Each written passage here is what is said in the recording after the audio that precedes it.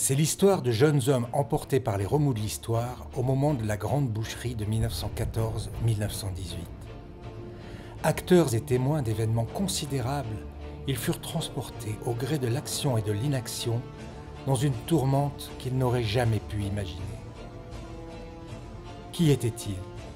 Quelques centaines de jeunes Belges venus de tous les milieux sociaux, aristocratiques, ouvriers, sportifs, artistes, bourgeois, paysans, mais tous ardents patriotes, fidèles et turbulents sujets d'un roi débonnaire.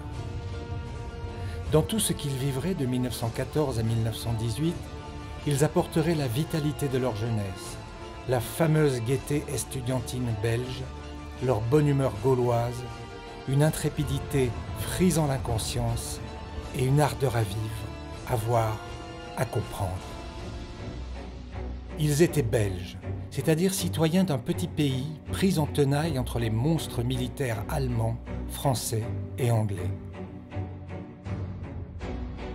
Et quand la machine mortifère de la guerre mondiale se mit en branle, en août 1914, ce fut sur la Belgique que s'élança le bulldozer géant de l'armée allemande. La violation de leur neutralité provoqua une réponse héroïque de la petite armée belge, qui ralentit suffisamment l'avance de l'ennemi pour mettre en échec son plan de guerre éclair contre la France.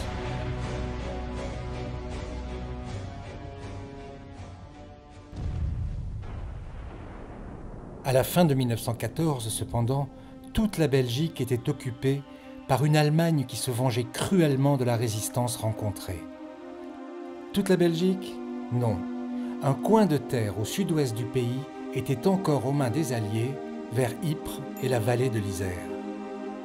Le système des tranchées et des inondations s'était rapidement mis en place et immobilisait pour longtemps un front d'où partiraient périodiquement des offensives meurtrières vouées à l'échec. Chez tous les belligérants, l'on cherchait des armes nouvelles qui pourraient faire la différence sur l'ennemi. Ce fut un militaire belge, le major Auguste Colomb, qui conçut sans doute le premier une force militaire blindée autonome capable de mener de vastes offensives. C'était un moderniste dans un milieu conservateur. Un peu excentrique, il s'était fait beaucoup d'ennemis, mais il parvint à convaincre ses supérieurs de lancer la fabrication d'unités blindées.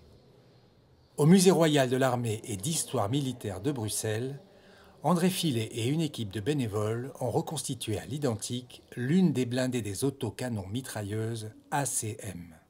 On n'est pas les premiers à avoir eu des blindés, hein. Les Français avaient des automitrailleuses, les Anglais, les Italiens, les Russes en avaient déjà.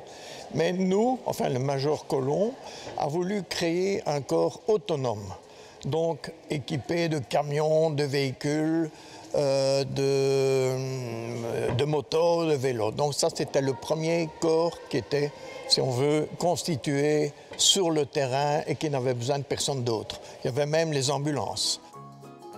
C'est à Paris, en retrait du front, que tout se mit en place. Le major Colomb sollicita les motoristes, les carrossiers, Minerva, Morse, Peugeot, Infi, Keltner, pour élaborer des engins dont le plus lourd serait l'autocanon.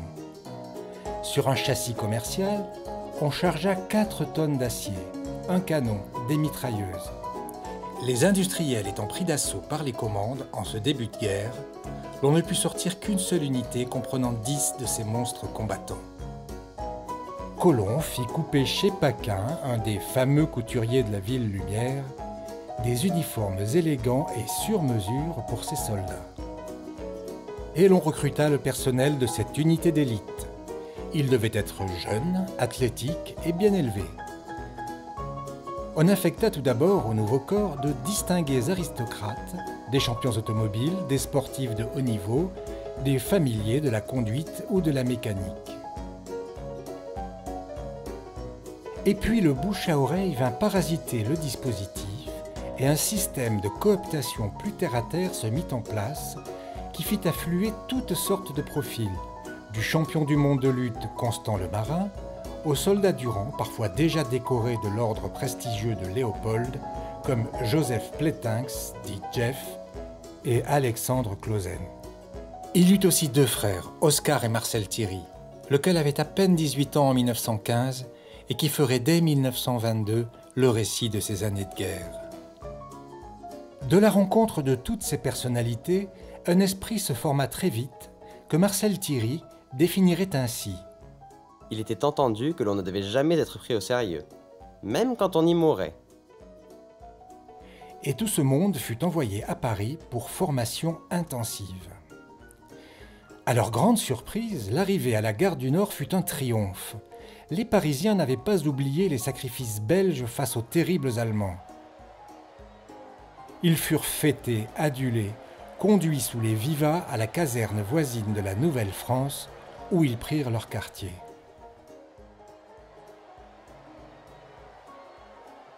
Le 17 avril 1915, le corps des ACM défila à Longchamp et reçut son drapeau non officiel des mains du général français Clergerie.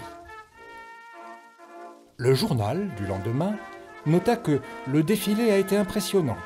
Ouvert par les cyclistes suivi des motocyclistes, il s'est terminé par les automitrailleuses et les autocanons, roulant à 25 km à l'heure. Dans la conception de Colomb, cette vitesse était essentielle. Si, comme il en est question en ce moment, l'armée franco-anglaise prenait l'offensive, et si la Belgique devait y participer, ce serait au groupe d'autocanons mitrailleuses à pénétrer les premières en rase campagne, suivies et soutenues par les divisions de cavalerie pour frayer la voie aux divisions d'armée effectuant leurs poursuites tactiques et stratégiques. Dans une de ses descriptions, il parle d'une unité autonome qui n'a besoin d'aucun support extérieur et qui peut, dans les combats, avancer vers l'ennemi. Il parle même de plusieurs véhicules de front. Donc, on voit bien qu'il avait prévu ces guerres modernes style Blitzkrieg. Malheureusement, cette guerre de mouvement n'avait plus lieu d'être. Le corps des autocanons en fit la cruelle expérience. Envoyé sur le front belge de l'Isère, il cantonna plusieurs semaines dans le village des Mouères sans être engagé une seule fois dans les combats. Le roi Albert lui-même ne semblait guère prêter attention à ce groupe qu'il ne passa pas même en revue. Quoi qu'il en soit, quand un attaché militaire russe, le capitaine Presbiano, fit devant lui l'éloge de ce corps qu'il avait vu à la manœuvre, il lui répondit « Vous le voulez ? Je vous le donne ». La grande alliée russe souffrait en effet terriblement face à la puissance des empires centraux, en particulier par manque d'équipements modernes. Seul hic, c'est que tous les militaires doivent être volontaires pour partir en Russie. Et à ce moment-là, plus ou moins la moitié du groupe décide de ne pas partir. Pour certains, je suppose que leur sens d'aventure n'était pas assez grande. Pour d'autres, surtout beaucoup issus de la noblesse, ils estimaient qu'il n'y avait pas assez d'honneur à récolter sur les champs de bataille en Russie et ils ont préféré de rester en Belgique. Plusieurs d'ailleurs sont rentrés dans l'aviation et qui ont effectivement eu des grandes carrières dans l'aviation militaire belge. Les machines et les 361 soldats, ainsi que de nombreux ouvriers, embarquèrent à Brest le 20 septembre 1915 dans la liesse populaire, sur un navire britannique de transport de bétail très rapidement aménagé pour le transport de troupes, le Ray Castle, à destination d'Arkhangelsk, tout au nord de la Russie, en faisant un vaste détour au nord de la Grande-Bretagne pour éviter les sous-marins torpilleurs allemands, les U-boats. Un soldat écrit dans son journal. C'est la grande et belle aventure. Nous sommes radieux. Debout sur le pont, nous répondons joyeusement aux milliers de mouchoirs qui s'agitent, nous souhaitant heureux voyage et bonne chance. Au son de la Brabançonne et de la Marseillaise, notre navire s'éloigna lentement des quais, traversa la rade. Les dernières acclamations nous arrivèrent de plus en plus faibles, comme dans un beau rêve d'apothéose.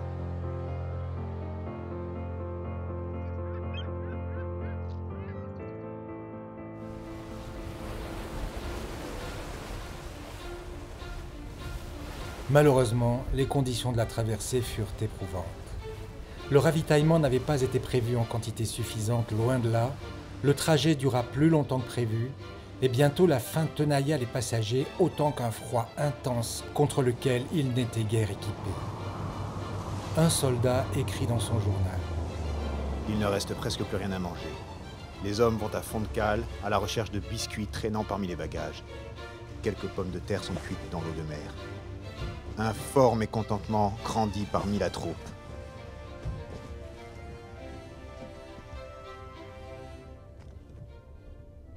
Alors qu'ils touchaient au but, les hommes eurent une épreuve de plus à franchir. Une tempête formidable leur interdit l'accès de la rade 4 jours et 5 nuits durant. Durant tout ce temps où nous ne pouvions pas et nous n'aurions pas su non plus monter sur le pont, nous avons passé les plus mauvais moments de notre existence. Les scènes que j'ai vues là, je ne saurais les décrire. Des centaines d'hommes constamment en prière et à genoux, implorant Dieu et tous les saints de les sauver, faisant des promesses et des vœux.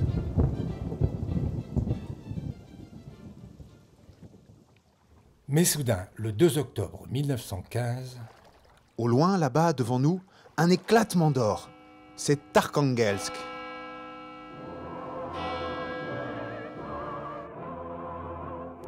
Ils furent accueillis dans un profond recueillement par l'impressionnant hymne tsariste. Alphonse von Vickert, un ouvrier spécialisé, raconte que ses camarades répondirent aux hymnes russes et belges par une chanson paillarde. Déjà s'était installé parmi les membres de l'unité un esprit particulier, fait de bonne humeur, de crânerie et d'impétuosité, un esprit gaulois à tous les sens du terme.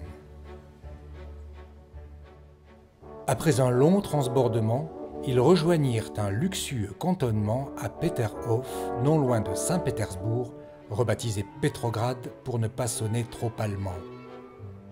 Ils étaient logés dans une des résidences royales. Ils furent reçus et fêtés dans les prospères colonies belges de la capitale impériale. L'enthousiasme qu'il y a eu ici pour notre réception est indescriptible. On nous portait en triomphe. On est en train même d'organiser au Théâtre Impérial une grande fête artistique en notre honneur. Clément Rancy précise. Le chien mitraille accompagne dans ses voyages l'un ou l'autre groupe de mitrailleurs et porte à son collier un titre de permission ainsi libellé.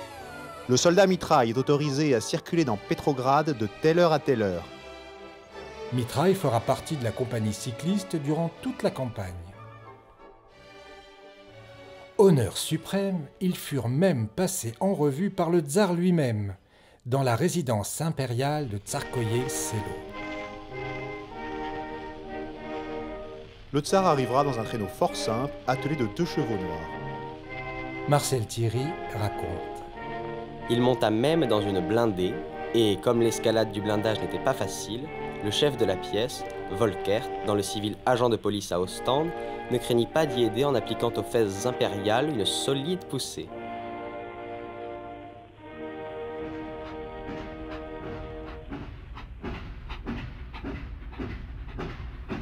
Enfin, au printemps 1916, ils partirent via Moscou pour les champs de bataille de la Galicie, au sud de l'immense ligne de front qui s'étirait de la Baltique à l'Oural.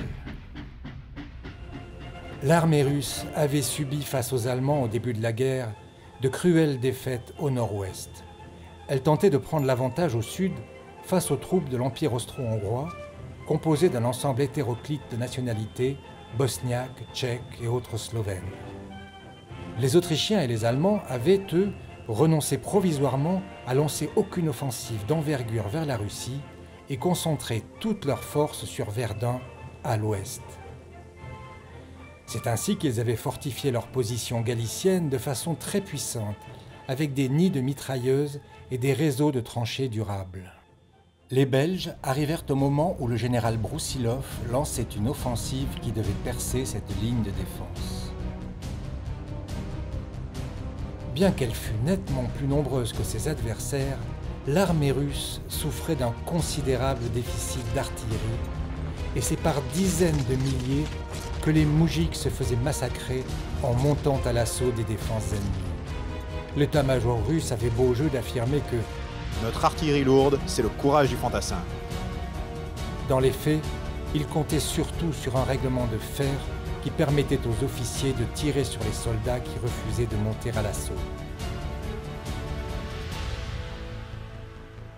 Les Belges ont toujours lutté pour être reconnus d'un côté comme soldats belges et effectivement aussi comme soldats à qui on doit un certain respect.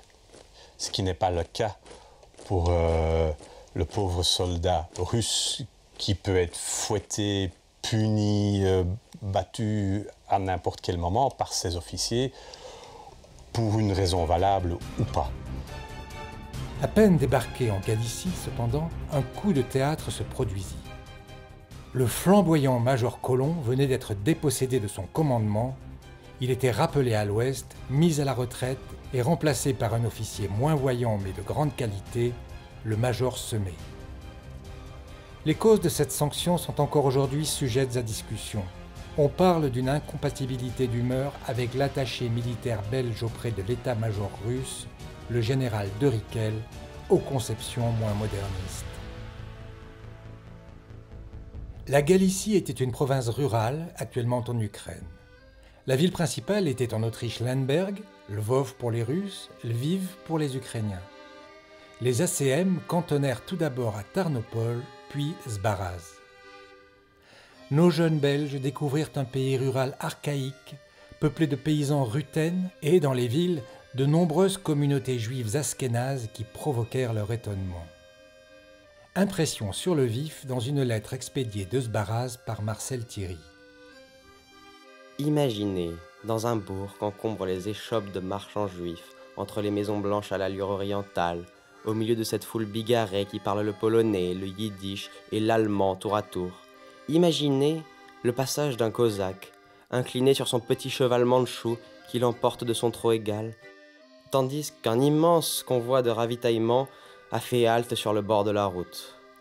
Vous représentez-vous ce que ce tableau a de vivant, de nouveau, de pittoresque à nos yeux ?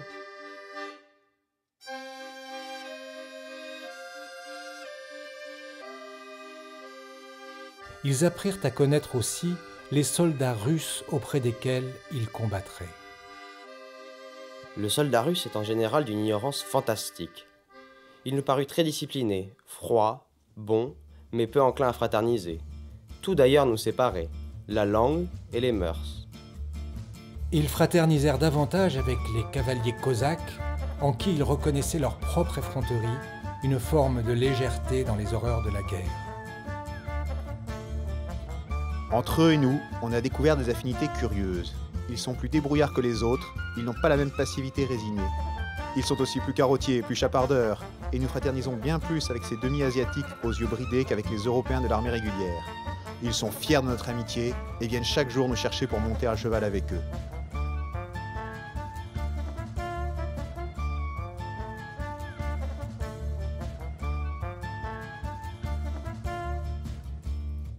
Ils eurent le temps de se connaître au demeurant, car là aussi, ce fut l'attente qui prévalut sur l'engagement militaire. En dépit de l'annonce de l'offensive, rien ne se profilait. Les Belges trompaient l'ennui comme ils pouvaient.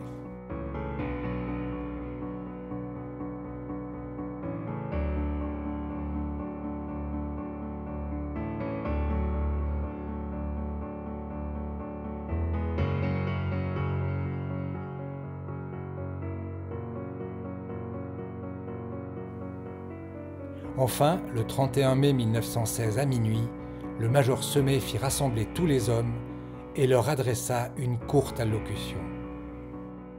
C'était aux ACM que revenait l'honneur de régler un petit arriéré de compte avec les Autrichiens qui, avant toute déclaration de guerre, avaient prêté l'aide de leur grosse artillerie aux Boches devant Liège et Namur. Le 4 juin, l'heure du baptême du feu avait sonné.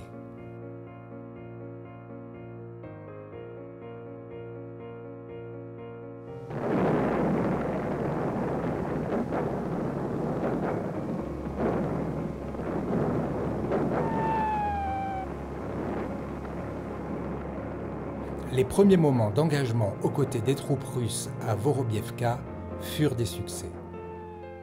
Hélas, les pertes affectèrent déjà le corps. Le premier héros mort au feu fut le soldat Jacques de Becker, tué alors qu'il tentait à découvert d'accrocher un filin de remorque à l'arrière d'une blindée dont le train arrière s'était cassé. Car les voitures belges, des mastodontes de plus de 4 tonnes, comptaient un sérieux talon d'Achille, les châssis, qui peinaient à soutenir le poids des blindés. Leur pont arrière était très fragile et mis à rude épreuve lors des déplacements à travers champs ou sur des chemins sauvages. Lorsque ce pont cassait, il fallait s'extraire de la protection du blindage pour effectuer les réparations et s'offrir au feu ennemi. C'est ce qui advint malheureusement. Comme toujours, l'être humain n'invente que très peu de choses, mais perfectionne ce qu'il connaît. Donc, ce véhicule est un perfectionnement d'un carrosse, parce qu'on voit très bien que le cheval, à la place du cheval, on a mis un moteur, que l'embrayage est une pièce qui a été ajoutée après, que la boîte de vitesse a encore été ajoutée, etc., etc. Et ce n'est qu'après la guerre de 14 que véritablement on a refondu tous ces concepts et que l'on a réalisé les voitures modernes, entièrement équipées dès la sortie de l'usine. La prise des villages de Zborov, de Zebrov et de Jezerna, après une bataille des autocanons contre un train blindé, montrèrent cependant les qualités offensives remarquables du corps belge. L'unité, cependant, ne fut jamais utilisée comme un corps d'attaque global, mais plutôt comme un élément de reconnaissance, de diversion ou de pilonnage des nids de mitrailleuses. Souvent, la reconnaissance était faite par des cyclistes ou des motocyclistes, et puis on envoyait quelques blindés, un peu disséminés malheureusement, mais je crois que c'était impossible d'attaquer de front, vu que ça ne roulait que sur des petites routes qui n'étaient pas très larges. Donc ils étaient à 2 ou 3 véhicules maximum pour aller combattre. Étant donné l'état du terrain accidenté et bourbeux, le corps réalisa des prodiges et son enthousiasme le rendit populaire parmi les combattants russes. Le général Goutor, dont il dépendait, se déclara dans un discours en mauvais français « l'amant de tous les Belges ». Des croix de Saint-Georges furent distribuées.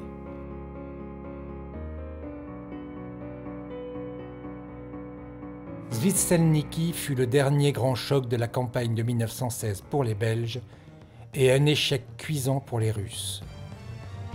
Récit du docteur Brassine. Pendant 3 jours, les environs de Zvistelniki seront les témoins d'un combat implacable. Le 17, l'attaque russe porte des coups terribles à l'adversaire. Nos blindés l'accompagnent jusqu'aux barbelés allemands où, par tir accéléré, elles font sortir l'ennemi de ses abris. Hélas, la pluie qui n'a pas cessé de noyer le champ de bataille contrarie de plus en plus le travail de nos véhicules.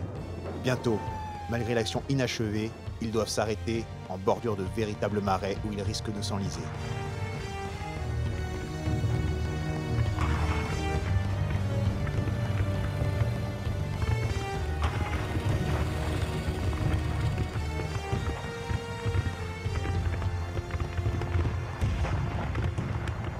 Des multitudes de blessés refluent vers les postes de secours en bandes pitoyables. Et des morts par milliers.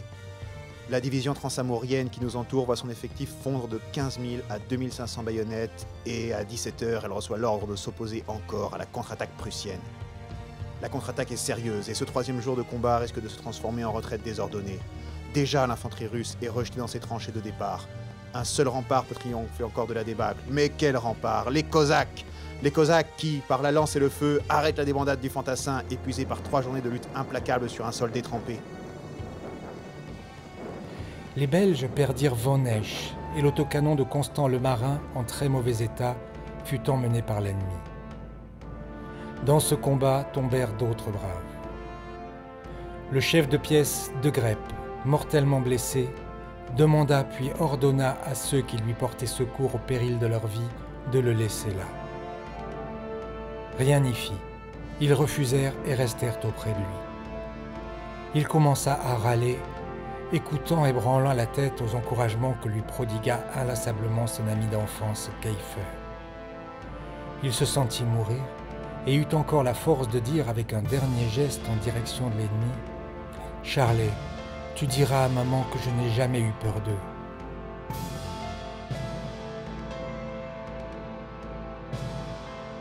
Récit du médecin Brassine. Le sacrifice de De Grepp, d'Homme, de Tournai et Georges n'avait pas été vain. Il avait fait plus pour le renom des ACM que tous ces mois de présence de Tsarkoye-Selo, Asbaraz, de ces mois animés seulement de pauvres parades, de tant d'inutiles défilés. Aujourd'hui, la Russie a découvert la Belgique. De là, du 14 août au 2 septembre, les Belges furent constamment engagés dans des actions contre l'ennemi. Globalement, l'offensive Broussilov de 1916 permit une avancée. Mais à quel prix? Des centaines de milliers de morts ensanglantèrent les champs de bataille. Les Belges y tinrent leur parti avec panache et y payèrent un lourd tribut à la mort. L'action des autoblindés belges avait eu des échos dans toute l'armée russe et même jusqu'en Belgique. L'hivernage 1916-1917 se fit à Jezerna, bourgade conquise durant l'offensive. Jezerna, la terre promise. Pas de femmes ici, pas de café, pas de restaurant, pas de théâtre, pas de tramway, voire de trottoir. Jour de misère dans les villages gluants de boue. Pour noircir encore ce sombre tableau, les premières gelées sévissent déjà, annonçant le terrible hiver russe. Marcel Thierry. Nous parlons souvent du pays entre nous. Nous en parlons sans tristesse, parce que nous n'évoquons que les belles heures vécues là-bas. Et sans regret, parce que nous sommes confiants dans la vie, dans l'avenir. Chose curieuse, nous sommes tous certains de rentrer chez nous, dans un temps rapproché, le plus naturellement du monde. À aucun moment, nous ne nous représentons que la mort peut nous coucher dans la froide terre de Galicie, si loin des nôtres.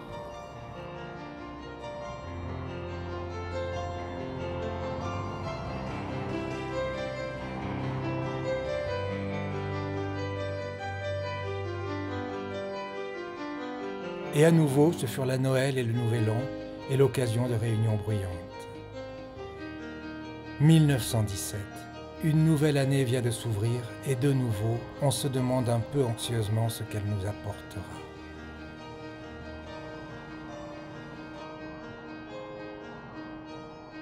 Ils n'eurent pas longtemps à attendre. Au mois de février, un événement incroyable se produisit.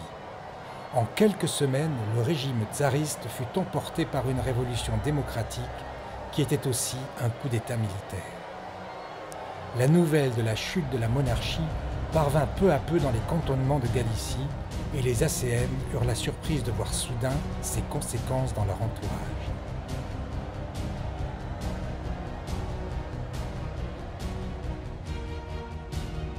L'incroyable nouvelle de la déposition du tsar et l'irruption de la démocratie furent d'abord saluées avec enthousiasme. Le 5 mars 1917, Marcel Thierry écrivait à ses parents.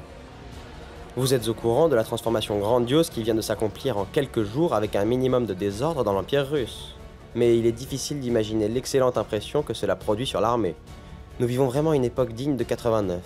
Et je pense que nous avons fait en 15 jours un pas énorme vers la fin de la guerre. Tout d'abord, ce furent les journaux russes de la capitale, traduits par les deux interprètes du groupe belge, qui expliquaient les événements.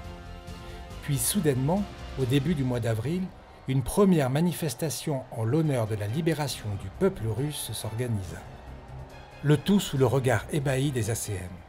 Un soldat écrit.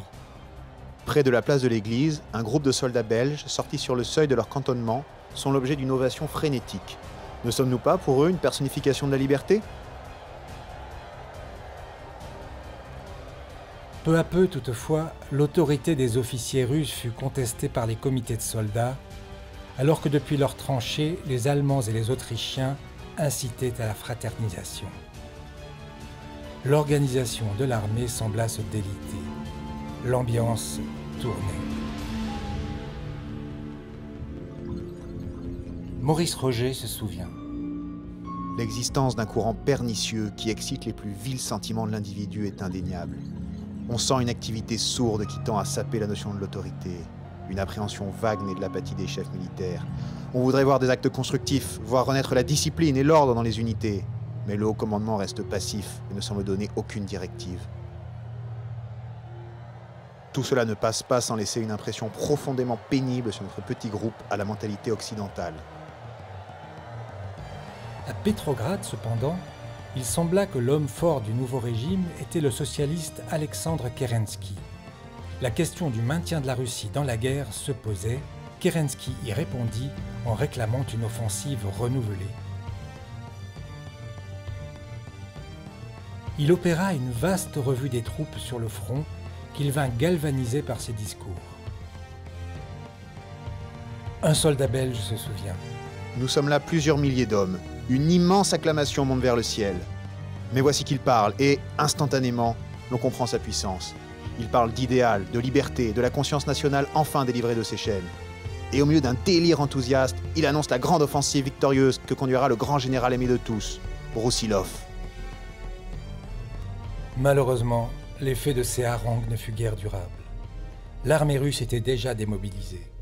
Elle ne comprenait plus les buts de cette guerre. C'est dans ce contexte que l'offensive prônée par Kerensky fut lancée.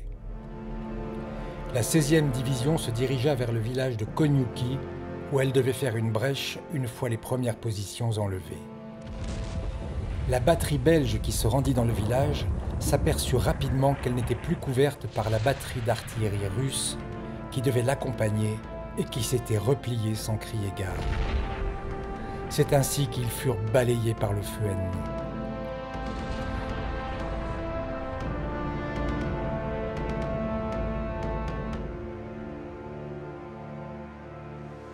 La bataille de Koniuki, c'est vraiment le jour noir pour les autocanons, le jour noir de toute la campagne, où ils perdent plusieurs voitures en une journée et il y a eu plusieurs morts et encore plusieurs autres qui sont mis hors combat le jour de la bataille de Koniuki.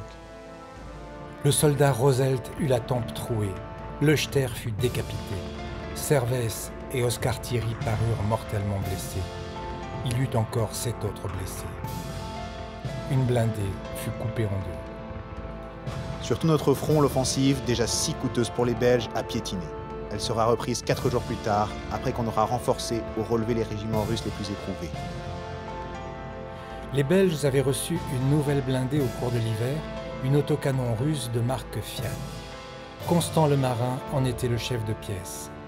Il crut pouvoir s'avancer impunément, mais le blindage fut bientôt percé par les balles spéciales et le chauffeur Godefroy fut tué à son poste de pilotage, tandis que Constant le Marin était frappé sur tout le corps par des éclats de balles qui se brisaient à l'intérieur du véhicule.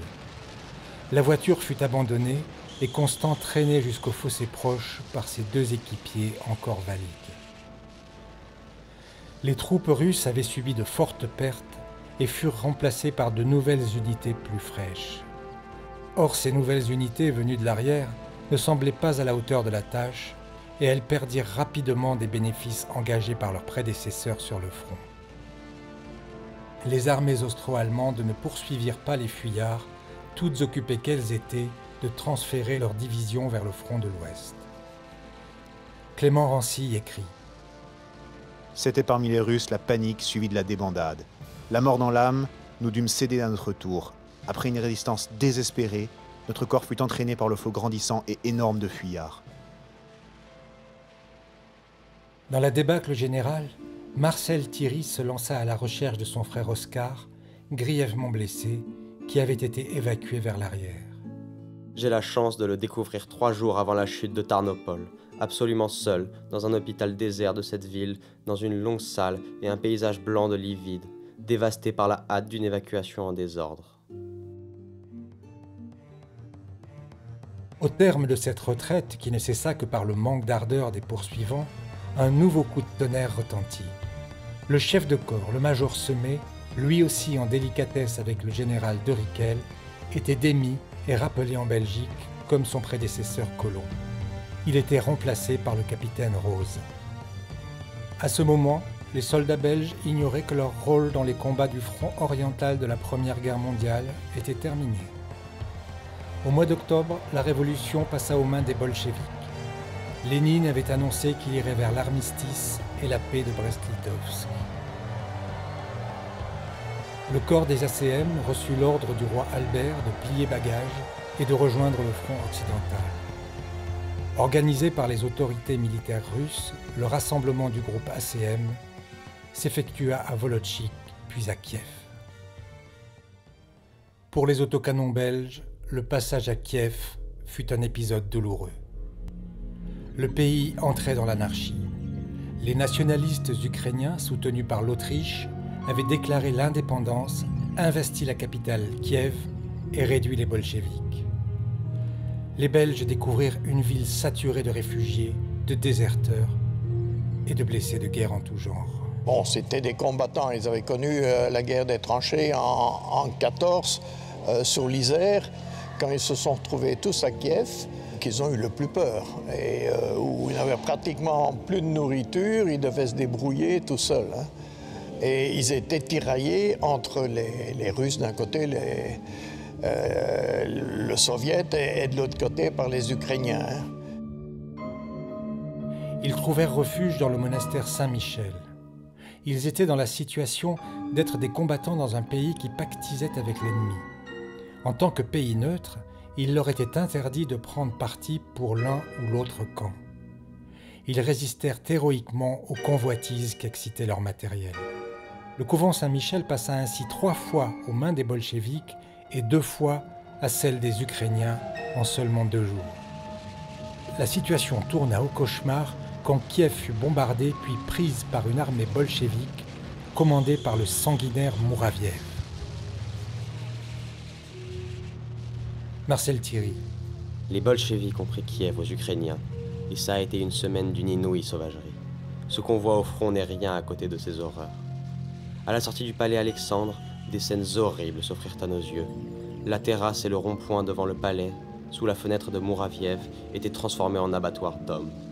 On amenait les victimes par groupe de 20 ou de 30. On les parquait tous dans la cour du palais et, sans jugement ni procès, ils étaient abattus à bout portant comme des chiens. Par un incroyable concours de circonstances, cependant, ils obtinrent l'autorisation de quitter la ville. Il n'y avait cependant plus aucun argent. Certains montèrent une distillerie clandestine et fabriquèrent une vodka belge qui connut un vaste succès commercial et leur permit d'acheter des vivres en quantité. Le système D à la belge. Cependant, les autorités ne voulaient pas laisser partir les ACM avec leurs engins, et il leur fallut la rage au cœur détruire leurs vieilles autos blindées qui ne devaient tomber aux mains d'aucun des camps rivaux. Ils ne conservèrent que leurs carabines et leurs munitions. Grâce à des prodiges d'industrie, les Belges parvinrent à composer un train et à l'alimenter en provisions de toutes sortes. Le départ de Kiev s'effectue dans une ambiance de panique. Les Allemands, alliés des nationalistes ukrainiens, sont en passe de conquérir la ville et les habitants suent l'angoisse. Note le soldat Van Eyck.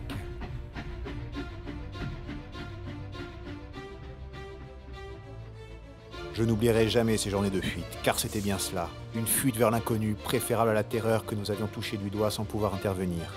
À chaque arrêt du train, à chaque halte, à chaque gare, les nouvelles les plus extraordinaires étaient colportées, et chacune de ces nouvelles avait un fond de vérité. Groupe de 300 hommes, perdus parmi les millions de Russes en folie, nous observions silencieusement le processus de cette immense débâcle. L'ambassadeur de Chine était parmi les fuyards. Il apprit au capitaine Rose que la route de l'Ouest était coupée et celui-ci ordonna alors le départ vers l'Est et Vladivostok. Un voyage mouvementé commençait.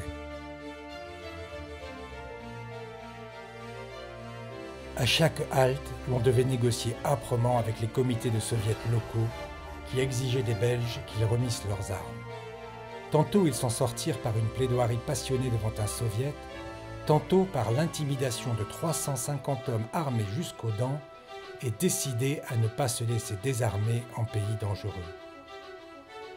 Dans la ville de Tchita, ils furent cette fois sauvés par les Cosaques sibériens qui avaient combattu avec eux en Galicie. Afin d'éviter les ennuis continuels avec les autorités soviétiques, l'on décida de prendre vers Karbin, en Mandchourie.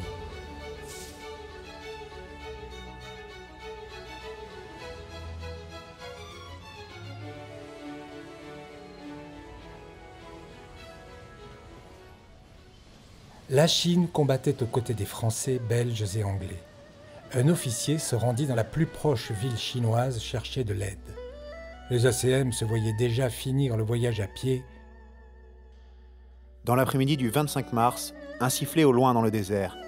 C'est, sous un immense drapeau blanc, un magnifique train chinois de wagons à couchettes, insolite dans la longue plaine de sable, tout vernissé et brillant au soleil du soir, avec un peloton chinois en armes qui dès l'arrêt se forment avec agilité pour nous rendre les honneurs.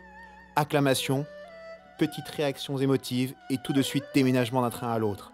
Installation de ces beaux wagons neufs. Notre épanouissement est à son comble quand nous découvrons qu'ils ont été construits à Charleroi, en Belgique. Le soulagement des Belges fut énorme en touchant la ville de Karbin, aujourd'hui Harbin. L'ère des privations s'achevait dans cette ville cosmopolite qui offrait un nouveau spectacle des paysans. Et ce jour-là, ce fut une cuite générale parmi tout notre détachement. Marcel Thierry. Imaginez notre joie, à nous qui ne connaissions depuis des mois que l'effrayante misère où la Russie est réduite, lorsque nous avons retrouvé ici l'abondance et la vie large du temps de paix. Nous sommes donc en Chine, c'est-à-dire dans un pays qui n'a pas souffert de la guerre. Pourtant, Karbin ne manque pas d'intérêt avec sa population grouillante d'aventuriers et d'industriels, plus ou moins pirates. De nouvelles instructions permirent aux Belges de trouver une porte de sortie grâce à une invitation des États-Unis. Ils durent rejoindre Vladivostok de nouveau par le train. Marcel Thierry. Halte pittoresque dans 2 petites stations de cette région sauvage. On lie rapidement des amitiés avec les officiers de Semenov. Amitiés si chaudes que 4 d'entre nous ne peuvent résister à l'invitation, fortement arrosée, d'aller chasser le tigre dans les montagnes blanches. On ne les reverra que 3 ou 4 ans plus tard en Belgique. Lorsque le train belge acheva cette dernière étape et atteint les rivages du Pacifique, Les 300 mitrailleurs ont retrouvé le cri des soldats de Xénophon. « Thalassa! Thalassa !» note avec poésie Maurice Roger.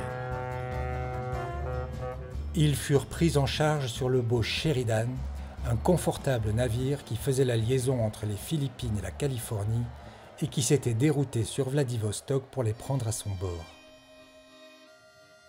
Le 25 avril, du pont du Sheridan qui a levé l'ancre à midi, nous voyons s'éloigner la terre russe. Nous y aurons un peu langui, beaucoup ri, aimé peut-être, combattu, peiné, risqué, vu tomber nos frères et les meilleurs d'entre eux. Au total, nous y aurons vécu les 30 mois de notre jeunesse les plus ardents et les plus riches en souvenirs. Et nous garderons d'elle, des peuples russes et de la vie russe, un amour plus fort que l'amertume des revers et des déceptions. Elle sera pour nous à jamais la terre de nos 3 grandes années.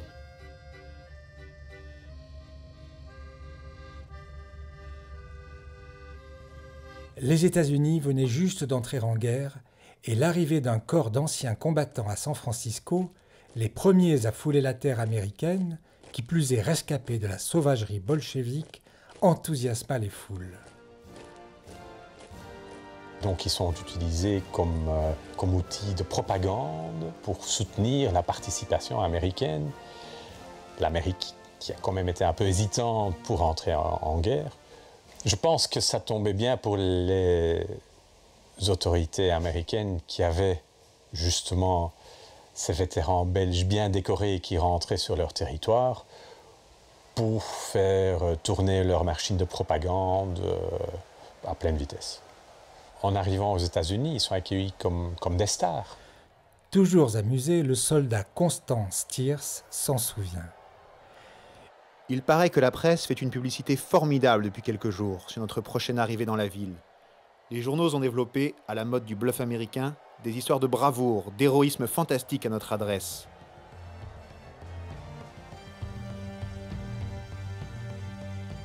Toute la gloire des éloges formulés pour l'attitude du roi Albert en 1914 retombe en gerbes fleuries sur nous, poignée de soldats belges, qui faisons la plus fantastique des randonnées pour changer de front.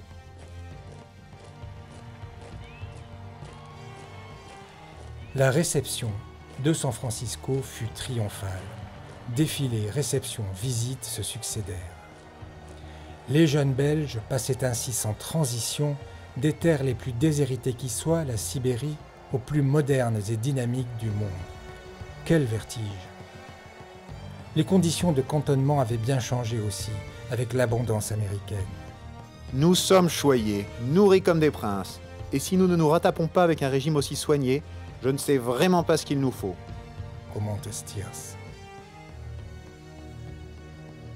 Le 20 mai, le convoi entama sa traversée de l'Amérique, rythmée par les défilés et les présentations diverses. Clément Rancy. Traversée du lac Salé sur un talus en remblai. Arrêt à Salt Lake City, chez les Mormons, avec le programme habituel terminé par un concert d'orgue dans le temple. Étape suivante, Cheyenne, dans les montagnes rocheuses, cité des cow-boys, qui nous donne une séance d'exhibition. Ce sera ensuite Omaha, où après le défilé habituel, il nous sera servi un banquet suivi d'un discours auquel je ne comprends rien.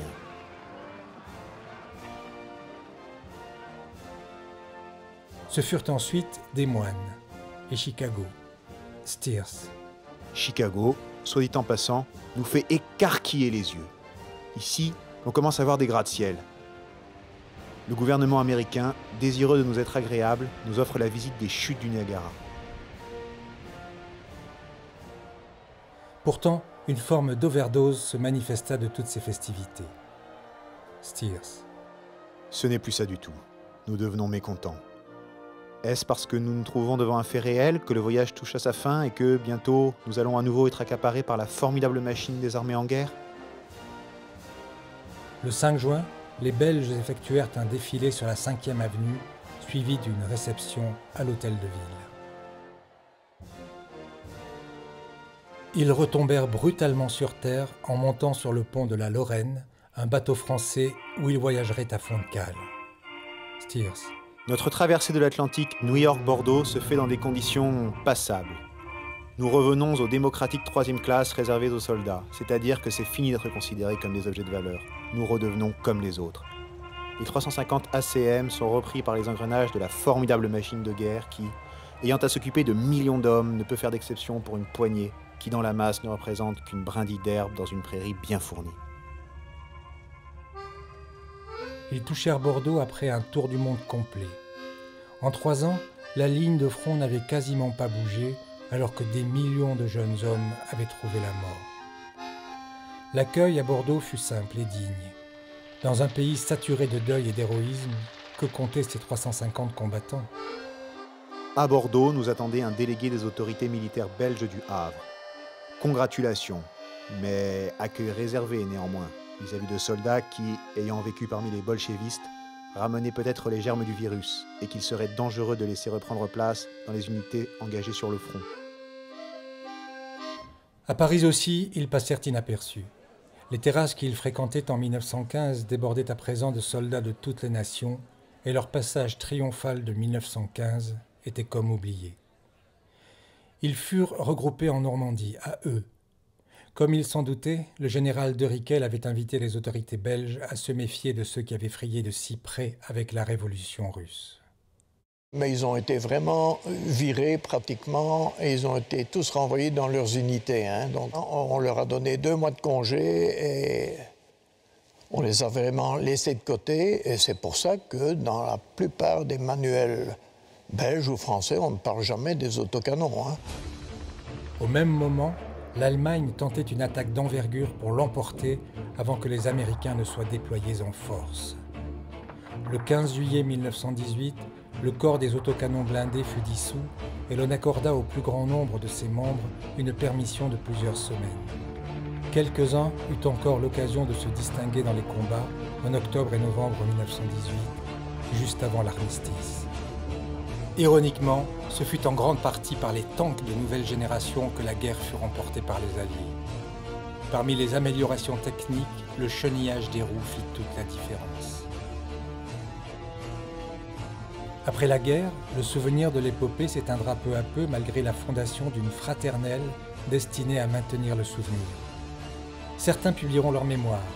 Ils connaîtront des destins bien différents, poètes, ambassadeurs, missionnaires, ministres, dirigeants syndicaux, champions olympiques, aventuriers, résistants, déportés, mais aussi collaborateurs entre 1939 et 1945. Mais ils garderont entre eux des liens ineffables tissés par une camaraderie exemplaire dans les pires tempêtes du siècle. Une petite maison de Lompré dans les Ardennes belges a hébergé pendant presque 100 ans le siège de la Fraternelle des autocanons. Sa dernière présidente, Virginie van der Stichel, est défunte au mois de janvier 2017.